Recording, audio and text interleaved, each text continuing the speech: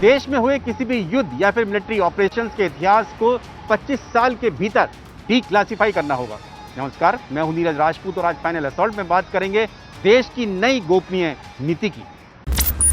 रक्षा मंत्री राजनाथ सिंह ने देश में होने वाले अब किसी भी युद्ध या फिर सर्जिकल स्ट्राइक या फिर बालाकोट एयर स्ट्राइक जैसे मिलिट्री ऑपरेशंस होते हैं, उन सबके इतिहास को लेकर एक नई नीति निर्धारित की है। इसके मायने ये है कि किसी भी युद्ध से जुड़े हुए या ऑपरेशन से जुड़े हुए जो भी दस्तावेज होते हैं, यानी कि जब वॉर डायरी होती है या फिर लेटर होते हैं या फिर जो कम्युनिकेशन होता है आपस में कमांडर्स के बीच में या फिर रक्षा मंत्रालय या फिर सेना मुख्यालय से जुड़े हुए जो दस्तावेज होंगे, उन सब को लेकर जो है नीति निर्धारित की है। इसके मायने ये होंगे कि अब जो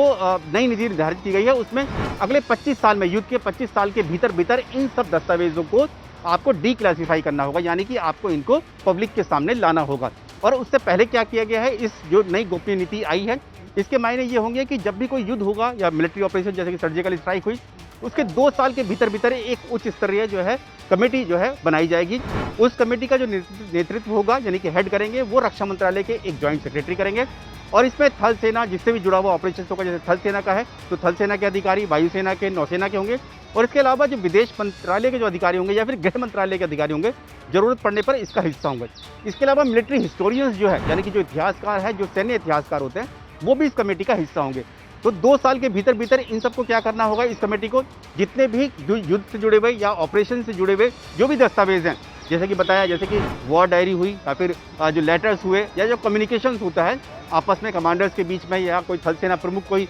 कम्युनिकेशन देता है या फिर रक्षा मंत्रालय देता है वो, या फिर नेशनल सिक्योरिटी काउंसिल देता है, तो वो सारे जो दस्तावेज होंगे उनको कंपाइल करने का काम करेगा। तो अगले 3 साल में ये सब क्या करना है, अगले 3 साल में इनको कंपाइल करना है, इन सबको, यानी संकलन करना है इन सब दस्तावेजों का। और फिर उसके बाद क्या करना है, उसके बाद इनको पब्लिकेशन करना है, यानी कि आपको इनको प्रकाशित भी करना है। और इसका फायदा क्या होगा, इससे क्या होगा, जो युद्ध से जुड़ी हुई जो सामग्री है उस पर जो हो रिसर्च हो सकती है। और रिसर्च के साथ साथ ये भी हो सकता है कि इसमें जो कमियां हों, जैसे कि करगिल वॉर के बाद जो कमेटी बनाई गई थी, उन्होंने कहा था कि क्या क्या कमियां हैं। जैसे कि करगिल वॉर के समय में जो भारतीय सेना थी, वो जो ऊंचाई वाले जो इलाके हैं जहाँ पर बर्फ़ ज़्यादा पड़ती थी वहाँ पर तैनात नहीं होती थी, वो सर्दियों के मौसम में नीचे आ जाती थी। तो उसके लिए अब जो है करगिल युद्ध के बाद जब रिव्यू किया गया इस युद्ध का, तो अब उसके बाद से ठंड के दिनों में, यानी कि बर्फ़ के दिनों में भी जो हमारे सैनिक हैं वो 15-16 हज़ार फीट की ऊंचाई पर वहाँ पर तैनात रहते हैं, यानी कि अब वो चौकियाँ जो हैं छोड़ी नहीं जाती। तो ये इसका फ़ायदा होगा कंपाइलेशन करने का, इस तरह के युद्ध या फिर मिलिट्री ऑपरेशंस के जो इतिहास को कंपाइल करने के लिए, कि जो आगे गलतियाँ हो सकती हैं उसको जो है दोहराया ना जाए, उसके लिए ही ये सारा जो है नई गोपनीय नीति तैयार की गई है। जो नई नीति जारी की गई है उसमें रक्षा मंत्रालय ने साफ तौर से कहा है कि जितने भी रिकॉर्ड्स होते हैं और डीक्लासिफिकेशन की जिम्मेदारी जो है वो संबंधित सर्विसेज, यानी कि अगर वो थल सेना से जुड़ा हुआ कोई ऑपरेशन है, जैसे कि सर्जिकल स्ट्राइक है तो थल सेना करेगी, या फिर जैसे बालाकोट एयर स्ट्राइक एयरफोर्स नहीं कहता, तो उससे जुड़े हुए जितने भी जो भी डीक्लासिफिकेशन की जिम्मेदारी होगी वो वायुसेना की होगी। इसके मायने ये होंगे कि इनको कब खुलासा करना है इन दस्तावेजों को, वो इनके पास होगा। लेकिन रक्षा मंत्रालय ने यह भी कहा कि जो पब्लिक रिकॉर्ड्स एक्ट 1993 है और पब्लिक रिकॉर्ड रूल्स 1997 है, उसके अनुसार 25 साल के बाद किसी भी सरकारी दस्तावेज को आपको डीक्लासिफाई किया जा सकता है, यानी कि उसको दुनिया के सामने लाया जा सकता है, यानी कि सार्वजनिक किया जा सकता है, लोगों को बताया जा सकता है। और अगर सर्विसेज चाहती हैं कि इनका डीक्लासिफिकेशन नहीं होना है तो क्या करना है, तो 25 साल के बाद ये सारे जो रिकॉर्ड्स हैं, यानी कि लेटर्स हैं या फिर जो कम्युनिकेशंस हैं, वॉर कम्युनिकेशंस हैं, इन सबको हिस्ट्री लिखने के लिए नेशनल आर्काइव ऑफ इंडिया को दे दी जाएंगे, जहाँ पर इनको सहज रख करके इनको सौंप दिया जाएगा, यानी कि वो इनको संभाल कर रखेंगे। अब आपको हम यहाँ पर ये बताते हैं कि ये एक गोपनीय नीति की ज़रूरत क्यों पड़ी। अगर आपको याद होगा कि जो 1962 का युद्ध हुआ था उससे जुड़े हुए जो दस्तावेज हैं, 1962 का युद्ध यानी कि जो भारत का चीन के साथ हुआ था और भारत को उसमें हार का सामना करना पड़ा था, तो उससे जुड़े हुए जो भी दस्तावेज हैं वो आज तक जो है डीक्लासिफाई नहीं किए गए हैं, वो अभी तक जो है क्लासिफाइड है, यानी कि उनको गोपनीय रखा गया है कि आखिरकार युद्ध के कारण क्या थे,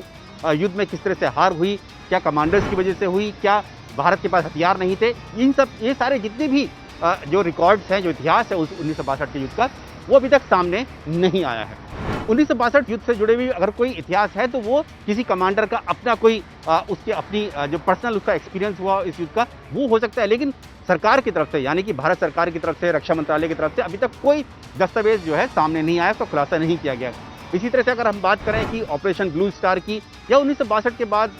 जो और भी ऑपरेशन हुए जैसे कि 1967 का जो लड़ाई हुई थी चीन के साथ, इन सब के बारे में ऑपरेशन ब्लू स्टार जो कि 1984 में पंजाब में किया गया था, अमृतसर में गोल्डन टेम्पल में, उन सब से जुड़े हुए दस्तावेज अभी तक सामने नहीं आए हैं। तो इसीलिए ये नीति निर्धारित जो है वो रक्षा मंत्री और रक्षा मंत्रालय ने की है कि आगे से अगर कोई ऑपरेशन होता है तो उसके लिए ये जो कमेटी होगी, जो 2 साल में कमेटी बनेगी और 3 साल में जो है उसको, यानी कि कुल 5 साल में ये पूरा जो है कंपाइलेशन का काम पूरा हो जाएगा। और उसके बाद अगले 25 साल में अगर वो चाहते हैं, अगर सर्विसेज चाहती हैं, तो इसको डिक्लासीफाई भी किया जा सकता है। इसके फायदे ये भी है कि इस तरह के ऑपरेशंस होते हैं उनको लेकर र्यूमर्स, जो अफवाहें होती हैं, बहुत ज़्यादा होती हैं। और अगर इनका रिसर्च सामने आ जाएगा, यानी कि इनसे जुड़े हुए दस्तावेज सामने आ जाएंगे, तो उस पर अफवाहें, जो र्यूमर्स होते हैं, वो नहीं फैलेंगे। और इसके साथ साथ जैसे कि बताया कि रिसर्च की जा सकती है, शैक्षणिक रिसर्च, यानी कि जो एकेडमिक रिसर्च है, इस पर जो है वो जो एकेडमिशियंस हैं या इंटेलेक्चुअल्स हैं, वो इस पर, मिलिट्री हिस्टोरियंस हैं, इस पर रिसर्च कर सकते हैं और वो उसके बाद वो बता सकते हैं कि कहाँ पर कोई कमी रह गई थी, इस युद्ध में रह गई थी, और इस कमी को फिर से दोहराया जा सके। ये जो नई गोपनीय नीति जारी की गई है, अगर आपको बता दें कि जब करगिल युद्ध हुआ था 1999 में, उसके बाद जो रिव्यू कमेटीज़ बनी थी, चाहे वो NN वोरा कमेटी हो या फिर जो सुब्रमण्यम कमेटी हो, इन सब ने भी अपनी रिपोर्ट्स में ये कहा था कि जो युद्ध से जुड़े हुए जो भी दस्तावेज हैं, उन सब का जो है डिक्लासीफाई कर देना चाहिए, यानी कि उनको सार्वजनिक कर देना चाहिए। तो ये ऐसा माना जा रहा है कि ये जो रिकमेंडेशंस की गई थी, उसके बाद ही रक्षा मंत्रालय ने अब जाकर ये निर्णय लिया। देश विदेश की रक्षा सुरक्षा से जुड़ी हुई कोई भी जानकारी या सवाल आप मुझसे जानना चाहते हैं, तो उसके लिए आपको क्या करना है, हमारे इस वीडियो यानी कि फाइनल असॉल्ट अनकट के वीडियो के कमेंट बॉक्स में जाकर अपना सवाल पूछना है। अगर ये सवाल और जानकारी देश की सुरक्षा से कॉम्प्रोमाइज़ नहीं करती है, तो मैं इसका जवाब आपको जरूर दूंगा।